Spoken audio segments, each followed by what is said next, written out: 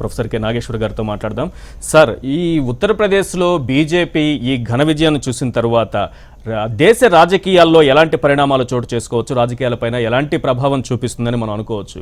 2018 నాటికి రాజ్యసభలో అతి పెద్ద పార్టీగా కూడా బీజేపీ ఎదిగేటటువంటి అవకాశం ఉంటుంది. ఇప్పటివరకు బిల్లుల విషయంలో పడుతున్న ఇబ్బందులు కూడా తొలగిపోయేటటువంటి అవకాశం ఉంటుంది. ఓకేనా?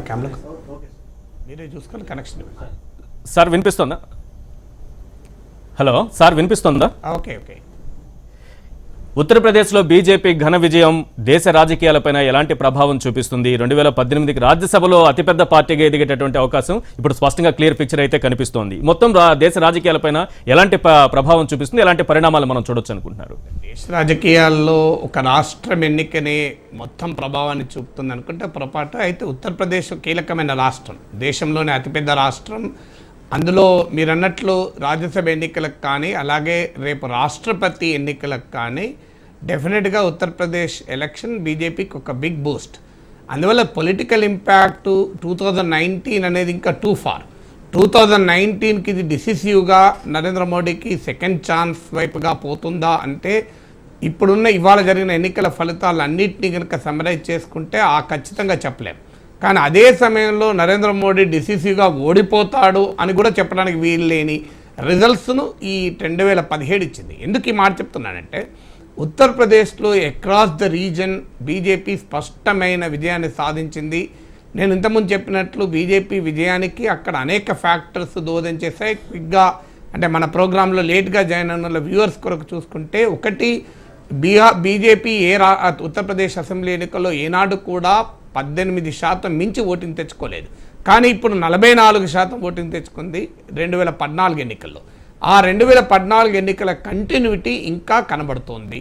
బీజేపీ 14 ఏళ్ల తర్వాత అధికారానికి దగ్గరగా వస్తుంది అన్నప్పుడు ఉత్తరప్రదేశ్ ప్రజల్లో 14 years బ్యాక్ మనం బీజేపీకి పవర్ ఇచ్చాం, మరొకసారి చూద్దామనే ధోరణి కనబడింది. రెండవది, అఖిలేష్ యాదవ్ ప్రభుత్వం పట్ల తీవ్రమైన సమాజ్వాదీ పార్టీ పట్ల ప్రజా వ్యతిరేకత ఉంది. అది ములయాన్ డ్రామాతో కొంత కంపెన్సేట్ అవుతుంది అనుకున్నారు, కానీ పూర్తిగా కంపెన్సేట్ కాలేదు. మూడవది, కాంగ్రెస్తో ఉండే అలియన్స్ పూర్తిగా అరిథమెటిక్ అఖిలేష్కి అడ్వాంటేజ్గా మారుతుందని అనుకున్నారు, కానీ ఆ అలియన్స్ అడ్వాంటేజ్గా మారలేదు. ఎందుకంటే కాంగ్రెస్ ఆశించిన స్థాయిలో ఉత్తరప్రదేశ్లో పుంజుకేలేదు. మీకు క్లాసిక్ ఎగ్జాంపుల్ ఏంటంటే, సాంప్రదాయమైన గాంధీ కుటుంబాల బేస్ అయినటువంటి రాయబరేలీలో కూడా బీజేపీ లీడింగ్ అని వార్తలు వస్తున్నాయి. అంటే ప్రియాంక గాంధీ ప్రచారం చేసిన రాయబరేలీ, కాంగ్రెస్ పార్టీకి చారిత్రాత్మకంగా నెహ్రూ కాలం నుంచి పునాదులున్న రాయబరేలీ, ఇందిరా రాజీవులు సోనియాలు ప్రాతినిధ్యం వహిస్తున్న రాయబరేలీలో కూడా బీజేపీ లీడింగ్ అని అంటున్నారు. అందువల్ల అది క్లియర్ ట్రెండ్ ఏంటంటే ఉత్తరప్రదేశ్లో కాంగ్రెస్ ఆశించిన స్థాయిలో పుంజుకోలేదు. కాంగ్రెస్ ఆశించిన స్థాయిలో పుంజుకొని ఉంటే సమాజ్వాదీ పార్టీతో కలిసి ఎలక్టోరల్ అరిథమెటిక్ వాళ్ళ ఫేవర్గా ఉండేది. ఇక బీఎస్పీ కంప్లీట్గా డౌన్ అవుతుంది, అదృశ్యమైపోతుంది ఉత్తరప్రదేశ్ రాజకీయాల్లో అనుకున్నారు. కానీ అది పూర్తిగా కాదు. బీఎస్పీ ఘోరంగా దెబ్బతిన్న మాట నిజం, కానీ తన ట్రెడిషనల్ ఓట్లో కొంతమేరకైనా బీఎస్పీ నిలుపుకుంది. ఇక ముస్లిం ఓటు కూడా టోటల్గా బీజేపీకి వ్యతిరేకంగా ఎస్పీ కాంగ్రెస్ అలియన్స్ పోలరైజ్ అవుతుంది అని అనుకున్నారు. ఆ వాతావరణం కూడా పూర్తిగా పోలరైజ్ అయినట్టుగా కనబడలేదు. బీజేపీ దళిత్ ఓట్ అంటే సాంప్రదాయ బీఎస్పీ ఓటింగ్ అయినటువంటి దళిత్ ఓట్లకు కూడా కట్ చేసినట్టుగా కనబడుతోంది. ఇక పశ్చిమ ఉత్తరప్రదేశ్లో బీజేపీకి ఒక అప్రతిహతమైన ఆధిక్యత కనబడుతోంది. అక్కడ పశ్చిమ ఉత్తరప్రదేశ్ అజిత్ సింగ్ రాష్ట్రీయ లోక్దళ్కు పలుకుబడి ఉన్నటువంటి ప్రాంతం. రాష్ట్రీయ లోక్దళ్ అడ్రస్ లేకుండా పోయింది ఎన్నికల్లో. ఫలితంగా బీజేపీకి అది ఏకపక్షంగా ఉపయోగపడింది. ఇది యూపీ ఎన్నికల పిక్చర్. అందువల్ల ఇది మోడీ ప్రభంజనం వల్లనే యూపీలో గెలిచింది. డిమానిటైజేషన్ అనుకూల ఓటు అంటే మరి పక్కనే ఉన్న పంజాబ్లో బీజేపీ శిరోమణి దళ్ అకాలీదళ్ థర్డ్ పొజిషన్ కొరకు పోయే వాతావరణం కనబడుతుంది. అక్కడ కాంగ్రెస్ స్పష్టమైన మెజార్టీ వచ్చింది. కాంగ్రెస్కు మరణ శాసనం అయిపోయింది, కాంగ్రెస్కి ఇక అడ్రస్సే లేదు అని వాదన పెడితే మరి పంజాబ్లో కాంగ్రెస్ పార్టీ విజయం సాధించింది. మరి కాంగ్రెస్ పార్టీ చిరునామా లేకపోతే కాంగ్రెస్లో చిరునామా రాదు కదా. అక్కడ ఆమ్ ఆద్మీ పార్టీ సెకండ్ పొజిషన్కి వచ్చింది. దీనికి కూడా కారణం ఏంటి అంటే ఆమ్ ఆద్మీ పార్టీ చాలా ఎక్స్పెక్టేషన్ క్రియేట్ చేసింది. పంజాబ్లో పెద్ద ఎత్తున డ్రగ్ అబ్యూజ్ ఉంది. ఈ డ్రగ్ అబ్యూజ్లో శిరోమణి అకాలీదళ్ బీజేపీకి చెందినటువంటి నాయకులు కూడా అందులో ఇన్వాల్వ్ అయ్యారు. పెద్ద ఎత్తున కుంభకోణాలు జరిగాయి. ప్రజల్లో తీవ్రమైన వ్యతిరేకత ఉంది. అయితే అందరూ ఊహించింది ఏంటంటే ఎస్డీ బీజేపీ ఇంకా ఘోరంగా దెబ్బతింటే ఆమ్ ఆద్మీ పార్టీ పుంజుకుంటుంది అనుకున్నారు.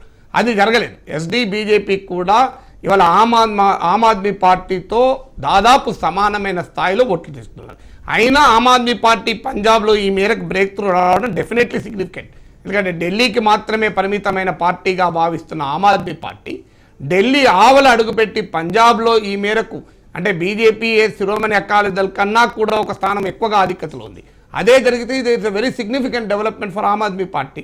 ఆమ్ ఆద్మీ పార్టీ విజయం సాధిస్తుంది అనే ఒక వాతావరణం వచ్చింది. కానీ ఆ వాతావరణం ఇప్పుడు కనబడం లేదు. ఎందుకంటే ఆమ్ ఆద్మీ పార్టీలో కూడా అంతర్గత కుమ్ములాటలు పంజాబ్లో మనం చూసాం. ఈ ఫ్యాక్టర్స్ అన్ని చూసాం. ఇక గోవాలో కూడా బీజేపీ అధికారంలో ఉన్న చోట కూడా కాంగ్రెస్ కంపారిటివ్లీ బెటర్ పర్ఫార్మెన్స్ ఉంది. అయితే బీజేపీ గెలుస్తుందా ఇప్పటికిప్పుడు చెప్పలేము, అక్కడ ఓడిపోతుందని. కానీ డెఫినెట్గా బెటర్ పర్ఫార్మెన్స్ ఉంది. అందువల్ల మణిపూర్లో కూడా పూర్తిగా కాంగ్రెస్ పార్టీ తుడిచిపెట్టుకుపోలేదు. ఉత్తరప్రదేశ్లోమో చాలా దెబ్బతిన్నది, అంటే ఆశించిన స్థాయిలో పుంజుకోలేదు. మిగతా చోట్ల పుంజుకుంది. అందువల్ల 2019కి వచ్చే వరకు ఇది ఒక మిక్స్డ్ ఇంపాక్ట్ మాత్రమే ఉంటుంది. అంటే రాష్ట్రాల ఎన్నికలుగా మనం చూసినప్పుడు రాష్ట్ర ప్రభుత్వాల మీద ఉన్నటువంటి వ్యతిరేకత కూడా ఈ రకమైన ఫలితాలను చూపించాయని మనం అనుకోవచ్చు సార్ వివిధ రాష్ట్రాల్లో. ఈశ్వర్, ఇండియన్ ఎలక్టోరల్ మ్యాండేట్ ఎప్పుడు కూడా it's the sum total of the mandate in all states. మీకు భారతదేశ వ్యాప్తంగా ఉన్న ట్రెండ్ ఇది.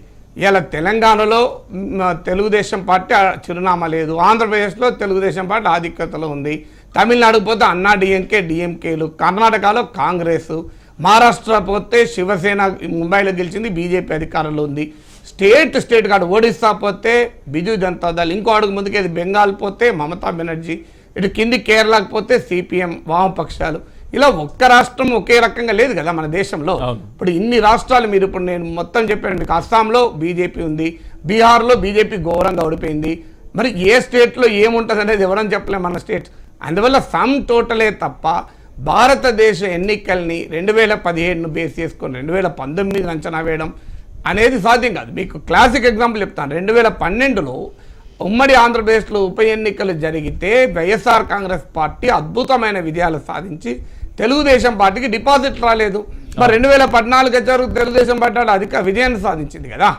అందువల్ల ఈ ఎన్నికల్ని మనం అంత కాంక్రీట్గా ఎవరని చెప్పలేం. ఏం జరుగుతుంది, ఎలా ఉంటుంది అనేది ఎన్నికల్లో ఒక్కరోజు ఒక్క ఫ్యాక్టర్ మీద ఆధారపడి ఉండదు. అందువల్ల దీన్ని కాంక్రీట్గా ఇంకో పలానా అని ఒక సాధారణ సూత్రీకరణ చేయడం కరెక్ట్ కాదు.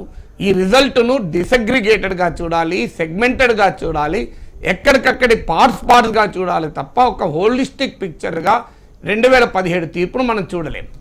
రైట్. ఉత్తరప్రదేశ్ విషయానికి వచ్చినప్పుడు బీజేపీ రామ మందిరం లేకపోతే కమ్యూనల్ ఎజెండాను ఒక బహిరంగంగానే చెప్పుకుంటూ ముందుకెళ్ళింది. ఇది కూడా చాలా వరకు ప్రభావం చూపించింది అనేటటువంటి ఒక విశ్లేషణ ఒకటైతే, యాదవేతర ఓబీసీలు యాదవేతర దళితుల్ని ఆకర్షించే విధంలో చాలా వరకు ఓబీసీలకు 40% వరకు టికెట్లు ఇవ్వడం కానీ, వాళ్ళకి సీట్లు ఇవ్వడం కానీ, ఇవన్నీ చూస్తుంటే ఏ రకమైనటువంటి ప్రధాన అంశాలతో బీజేపీ ఈరోజు ప్రజల్లోకి వెళ్ళి ఈ రకమైన మెజారిటీ సాధించిందని చెప్పుకోవచ్చు? అంటే ఒక పార్టీ పైకి చెప్పే మాటలు, గ్రాస్ రూట్లు చేసే మాటలు ఇవన్నీ ఒక రకంగా ఉండవు. ఒక నాయకుల ఉపన్యాసాలను బట్టి క్షేత్రస్థాయిలో అదే జరుగుతుందని చెప్పలేము. అయితే రామ మందిర అంశాన్ని ఇప్పుడేం కొత్త కాదు బీజేపీ తీసుకోవడం. కానీ ఆ ఒక్క ఇష్యూ పైనే గెలిస్తే మరి బీజేపీ రామ మందిరం కట్టాలి అనేది ఓన్లీ ఉత్తరప్రదేశ్లో ఉన్న హిందువులకు మాత్రమే ఉంటుంది. తెలంగాణలో ఉన్న హిందువులకు రాముని మీద ప్రేమ లేదా? ఆంధ్రప్రదేశ్లో ఉన్న హిందువులకు లేదా? తమిళనాడులో ఉన్న హిందువులకు లేదా? ఎస్, యూపీలో రామ మందిరమే కాదు, ముజఫర్నగర్ ఇలాంటి అనేక అంశాలపైన ఒక పోలరైజేషన్, అంటే మతం ప్రాతిపదికగా ఒక ఓట్ల సమీకరణకు బీజేపీ ప్రయత్నం చేసిన మాట నిజం. అది బీజేపీ పొలిటికల్ ఈడియం. అది ఇక్కడే కాదు, ఎక్కడైనా చేస్తారు. ఆ మాటకొస్తే సమాజ్వాదీ పార్టీ ముస్లిం ఓట్లను లాగడానికి ప్రయత్నం చేయలేదా? అందువల్ల భారతదేశంలో రాజకీయ పార్టీలు మతాన్ని ఆధారంగా చేసుకొని ఎక్కడో ఒక చోట ఒక ప్రయత్నం చేస్తూనే ఉంటాయి. అయితే ఆ ఒక్క అంశం పైన ఇదేదో రామమందిరం వల్లనే బీజేపీ గెలిచింది అనుకోవడం కూడా కరెక్ట్ కాదు. నేను ఇంతకుముందు చెప్పినట్టు బేసిక్ పాయింట్ ఒకటే, బీజేపీ చాలా ఏళ్ల తర్వాత 14 ఏళ్ల తర్వాత బీజేపీ కనబడింది ఉత్తరప్రదేశ్ ఓటర్లకు. ఇప్పుడు ప్రస్తుతం అధికారంలో ఉన్న ప్రభుత్వాల మీద విశ్వాసం లేదు. ఆ ప్రభుత్వాలు, ఆ అధికారంలో ఉన్న పార్టీలు పెట్టుకున్న పొత్తులు పూర్తి స్థాయిలో ఫలితాలు ఇవ్వలేదు. Yes, let us give a chance to BJP అని అనుకున్నారు. ఎందుకంటే భారతదేశ ఓటర్ చాలా ఇంటెలిజెంట్ ఓటర్. ఇవాళ ఎవరికి ఓటేస్తే రేపు ఇంకొకరికి ఓటేస్తారన్న గ్యారంటీ ఏం లేదు. క్షణాల మీద ఓటింగ్ మారిపోతూ ఉంటుంది. అందువల్ల డెఫినెట్గా ఒక దశకు వచ్చే వరకు మీరు టీఆర్ఎస్కు జిహెచ్ఎంసీలో అంతకుముందు జరిగిన ఎన్నికల్లో డిపాజిట్లు కూడా ఉంటాయి అనే అనుమానం మీద వాళ్ళు పోటీ చేయలే. మరి చూడండి 100 సీట్లు తెచ్చుకున్నారు. అందువల్ల ఈ రాజకీయాల్లో ఏమీ ఒక్క కంక్లూజన్ రాలేము. డెఫినెట్గా అనేక ఫ్యాక్టర్స్ వచ్చింది. ఒకటి మాత్రం అప్రిషియేట్ చేయాల్సింది అంటే ఉత్తరప్రదేశ్లో BJP cutting across caste reason voting మాత్రం తెచ్చుకుంది. పూర్తిగా హిందువుల ఓట్లు, పూర్తిగా దళిత ఓట్లు, ఇట్లా మనం కంక్లూజన్ రాలేం.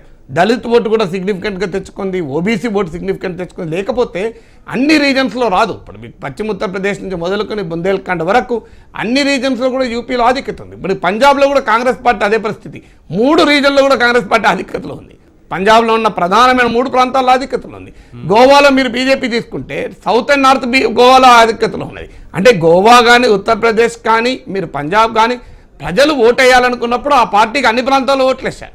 అట్లా ఒక ప్రాంతంలో తరతమ తేడాలు ఉండొచ్చు, కొద్ది దగ్గర ఎక్కువ బలం ఉండొచ్చు. ఇప్పుడు యూపీలో వెస్ట్రన్ ఉత్తరప్రదేశ్లో బీజేపీకి ఎక్కువ బలం ఉంది.